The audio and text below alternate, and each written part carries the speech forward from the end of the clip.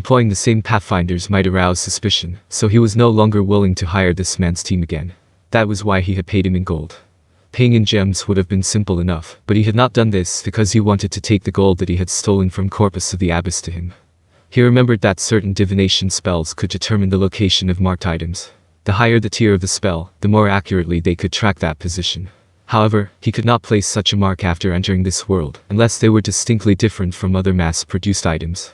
For instance, if he wanted to trace an ingot, it would need to be clearly distinct from other ingots, so little things like leaving an obvious scratch or some other mark on it would be important. However, if the spell used was not of such a high tier, then once it was placed in a sealed container or some other place like his inventory, for instance, it would be unfindable. Even high-tier spells would not be able to detect it through the appropriate magical defenses. That said, after considering the danger of retaining anything which carried even the faint possibility of allowing others to track his position, Suzuki Satoru had decided to distribute these coins all over. He had kept this a secret from Kino. Naturally, while he had dominated the members of Corpus of the Abyss, he had asked them several times if items could be used as trackers. However, none of them had heard of anyone doing such thing. That said, if even Suzuki Satoru could think of a trap like that, who was to say that the undead members of Corpus of the Abyss could not do the same? What I can do, others can do too. Who knows, there might be a being out there who can control me with undead domination. Both he and Kino were equipped with gear that improved their resistance to undead domination, but that was by no means a guarantee of protection. Even Suzuki Satoru, who was a supremely specialized necromancer, could not claim that. Moreover, Suzuki Satoru's knowledge was rooted in Yggdrasil. It was true that most of his Yggdrasil knowledge had been proven correct over the last 5 years, which had also been a great help to Suzuki Satoru. But it was also true that certain things like how wish upon a star functioned had been changed. In that case, it might be possible that there was a way out there to dominate a level 100 undead being. Carelessness was the province of fools. Suzuki Satoru would not be bothered even if Corpus of the Abyss captured that man for questioning. That man did not know Suzuki Satoru's true face, and most of the things he had told him were lies. Anything they could learn from him would only end up protecting Suzuki Satoru instead. Even learning what Suzuki Satoru had employed him for would not be a problem. If the members of Corpus of the Abyss tried to use that in their schemes, it would play into Suzuki Satoru's hands instead. After all, he might end up learning more from them when he attacked them as a result of this. But nothing's happened to them until now. I paid them twice already. Well, I won't lose anything even if my efforts were in vain. But the situation I'm in now, is it money laundering? As he thought absent-mindedly about all this, Suzuki Satoru paid the barkeep 3 times the value of what the man had drunk so far. There was no telling how much more he would drink, but since he had already given him so much, he could pay for the rest out of his own pocket if it still was not enough. With that thought in mind, Suzuki Satoru left the bar. The man, Bez Kubrovan, Bez, son of Brovan, of the Ku tribe, had drunk quite a lot, and he could feel the alcohol circulating inside him.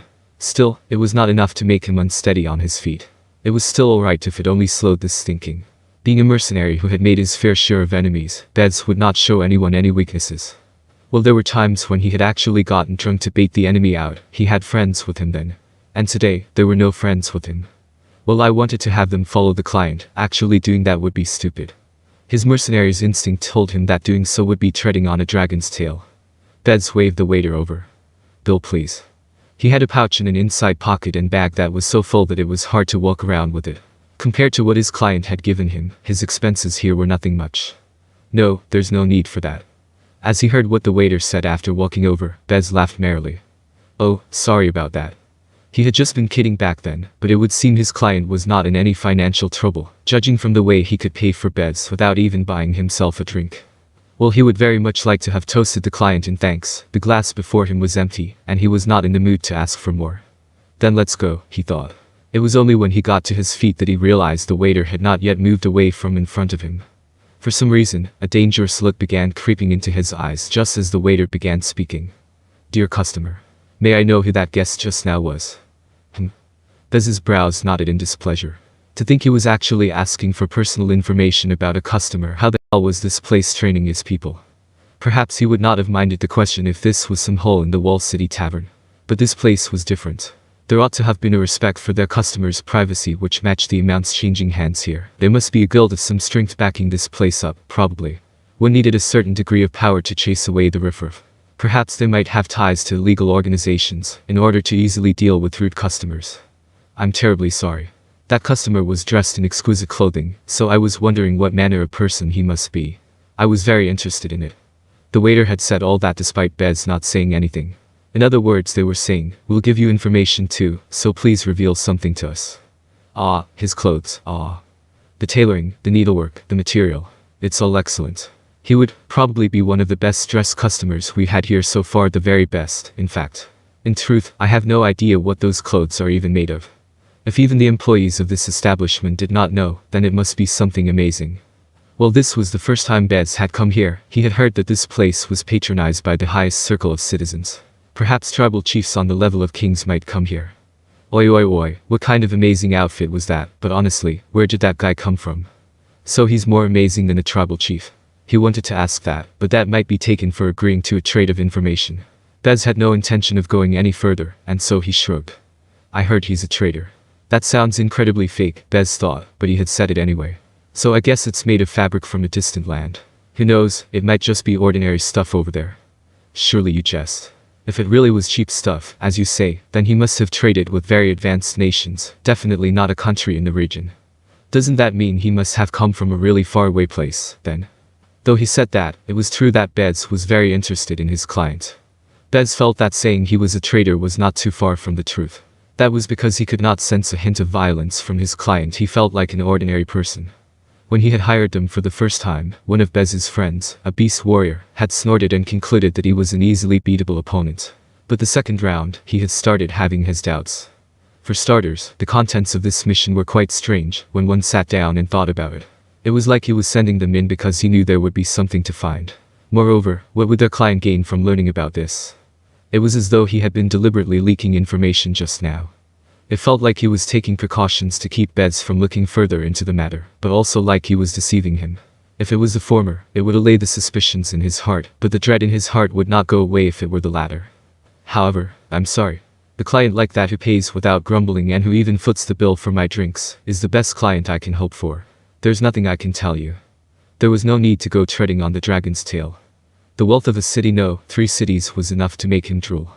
But if that man was backed by a country, then it would be bad if he bore a grudge.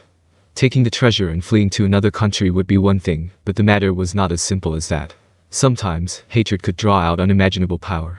Bez did not want to spend the rest of his life being hunted by lead assassins hired by some country. As long as the other guy did not betray him, Bez would not betray him either. That was Bez's secret of happiness. Is that so? Then I apologize. The waiter brought out a bag filled with money. What is this? Bez asked with his eyes, and then the waiter replied. The drinks are on the house, so I am returning the payment to you. Please come again, and please thank your client on our behalf. This was probably an apology from the bar for prying about a customer, or was this hush money?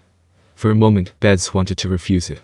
But he decided that it would be a bad move, and it would sow the seeds of ill will between him and this bar. While he did not think it would be immediately life-threatening, that would depend on how the bar thought of that client. If he wanted to maintain ties with that client, then something might happen to Bez before he could tell the client unnecessary things. In order to prevent himself from being silenced, he ought to take it. In that case, I'd better not ask about the matter. Bez snatched the purse away, somewhat annoyed. I'll be back. It did not hurt to be polite. We'll be waiting. After hearing the waiter speak from behind him, Bez stepped outside.